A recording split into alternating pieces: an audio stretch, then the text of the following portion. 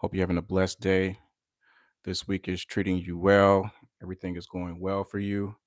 Just wanted to do a little bit of a commentary on, as you guys know, I have a couple of ISHOWSPEED videos.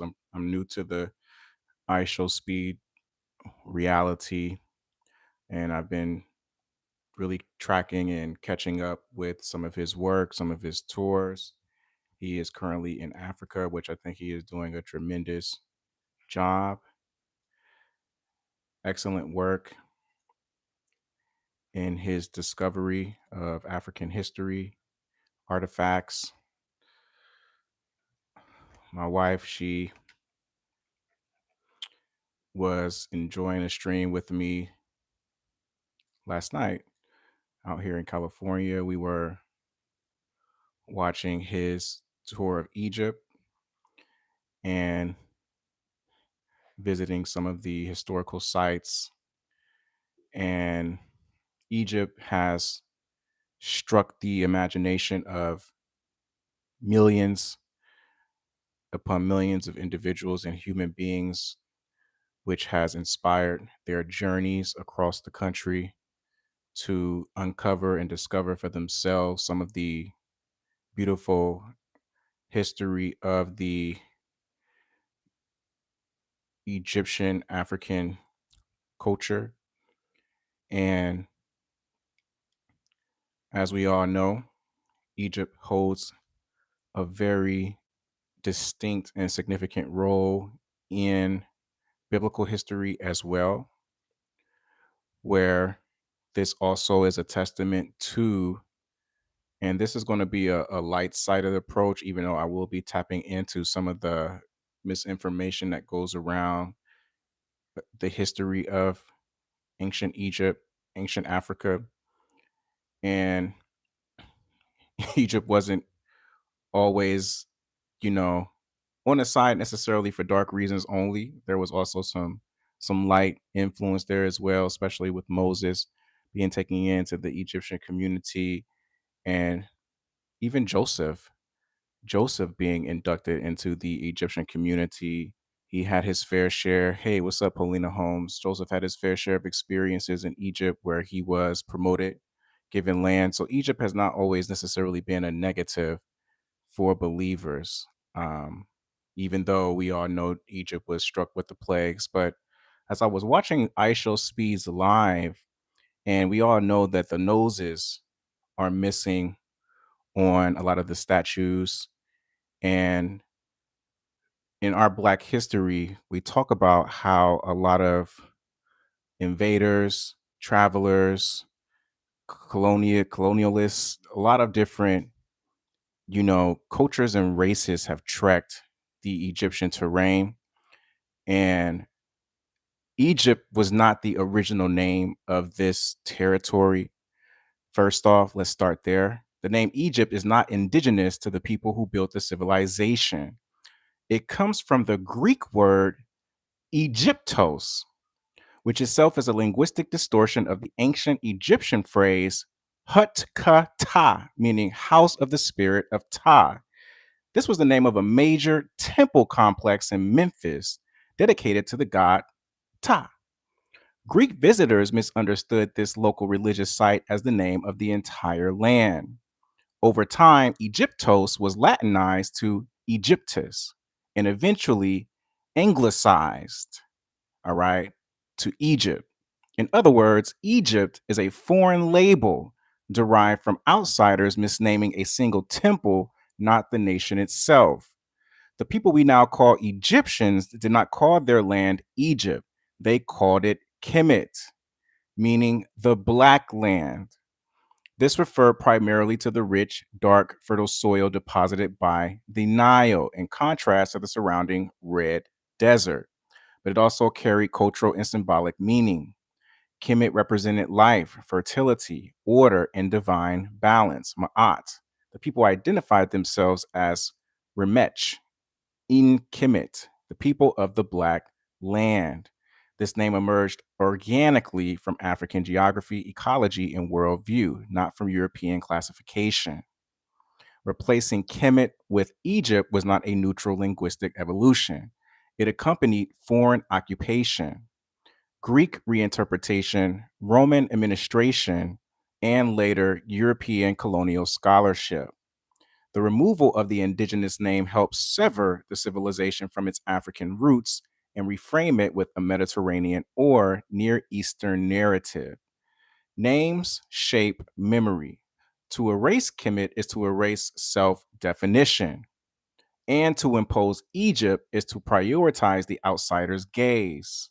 There was a lot of narratives in the ISHOWSPEED stream around the nose being removed because, oh, the kings, and I wasn't there, so I can't say whether these are true or false, but I just thought how it was interesting how the narrative kept changing around why these noses were removed. You would think, okay, if there was one solid answer that was true across the board, why does it keep shape shifting? So it went from, oh, well, the kings who, for whatever reason, didn't want the legacies of these statues of these newer kings or, kings that sort of came after them. They wanted to ruin their legacy, so they would off with the nose. Whereas in my mind, I'm like, well, shit, why didn't you just go off with the head? If you don't want this king, and in my mind as well, which I understand there's jealousy, there's rivalry, there's all kind of different just vengeance blood running amongst these different pharaohs. But I'm like, well, but isn't it all good if we all share the same legacy? Wouldn't you want your legacy of your culture to live on? Of course, okay, yeah, I could take his nose off, but shit, it still represents our culture. So I thought it was just interesting. And then another tour guide, when I Show Speed was on tour, was saying, well, they were removed because there was something around like spirits and things like that, and afterlife, and entering the nose, and you know I personally think it's all BS. I mean, I don't really know, but from what I've studied and researched, I truly believe these noses were removed because they reflected Black African features.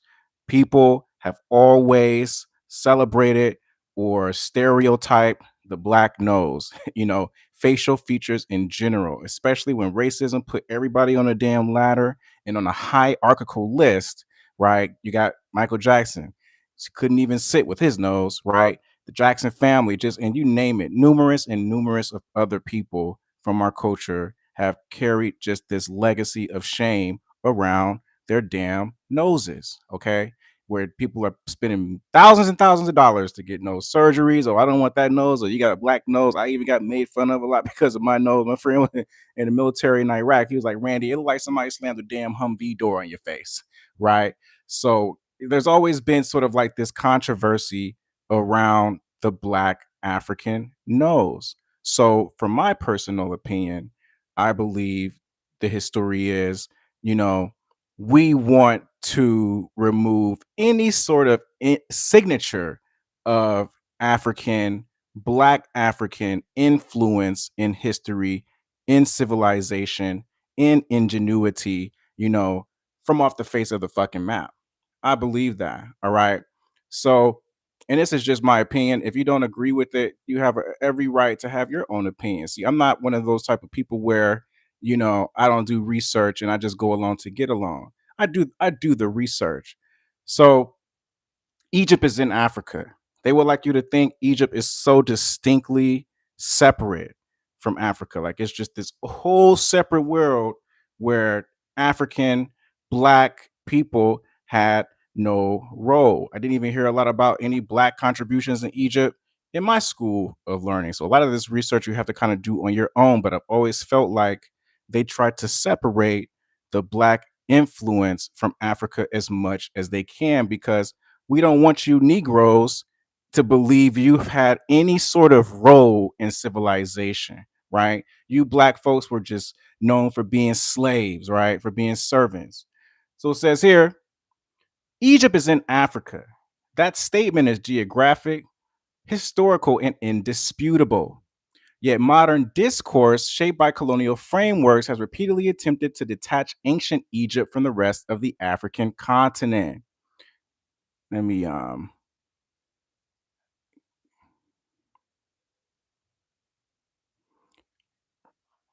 So it says here, this detachment is not accidental. It functions as a psychological and political strategy. If Egypt can be imagined as non African, then Africa can be imagined as having no ancient civilizations worthy of reverence. That lie collapses under even minimal scrutiny. Ancient Egyptian kingship did not emerge in isolation. All right. Dynastic Egypt shared bloodlines, religious systems, architectural methods, and cultural continuity with Nubia and other African societies to the south. The Nile was not a border separating civilization from Africa, it was the artery that connected African peoples. Black African rulers reigned in Egypt, and Egyptian rulers openly identified with African lands, gods, and ancestry. During your recent tour, right, in the live stream in Egypt, we observed a repeated pattern. Statues with African facial features disproportionately missing their noses. While some explanations suggest ritual damage, interdynastic rivalry, or spiritual beliefs about breath, these explanations do not account for the selectivity of the damage. The destruction consistently targets features that emphasize African identity. Random erosion does not discriminate, ideology does. European colonialists entered Africa with a pre existing belief. Black Africans could not have built complex civilizations. When confronted with material evidence that contradicted this belief, monumental architecture, advanced astronomy, mathematics, medicine, and governance, the response was not humility, but violence. Destroy the evidence, distort the narrative, and rewrite history to preserve European superiority. The distortion was not merely academic, it became the intellectual scaffolding that justified the transatlantic trade system. If Africans had no history, no kings, no science, no legacy, then enslavement could be framed as civilizing. The denial of Egypt's African identity is not about the past, it is about maintaining power in the present. All right. So it says here Egypt sits squarely in Africa, not Europe or the Middle East. Ancient Egyptians referred to themselves as Kemet, meaning the black land, a reference both to the fertile soil and to identity. Classical writers like Greeks and Romans consistently described Egyptians as dark skinned with woolly hair. The modern attempt to relocate Egypt culturally outside Africa is a recent invention. It arises not from archaeology, but from racial anxiety. Geography became inconvenient once Black excellence appeared undeniable. The 25th dynasty, often called the Kushite dynasty, was ruled by Nubian kings from the south. These rulers openly identified as restorers of Egypt tradition, not outsiders. Their monuments, inscriptions, and burial practices affirm continuity, not invasion. To acknowledge Black pharaohs dismantles the myth that power, order, and divine kingship were exclusively European concepts.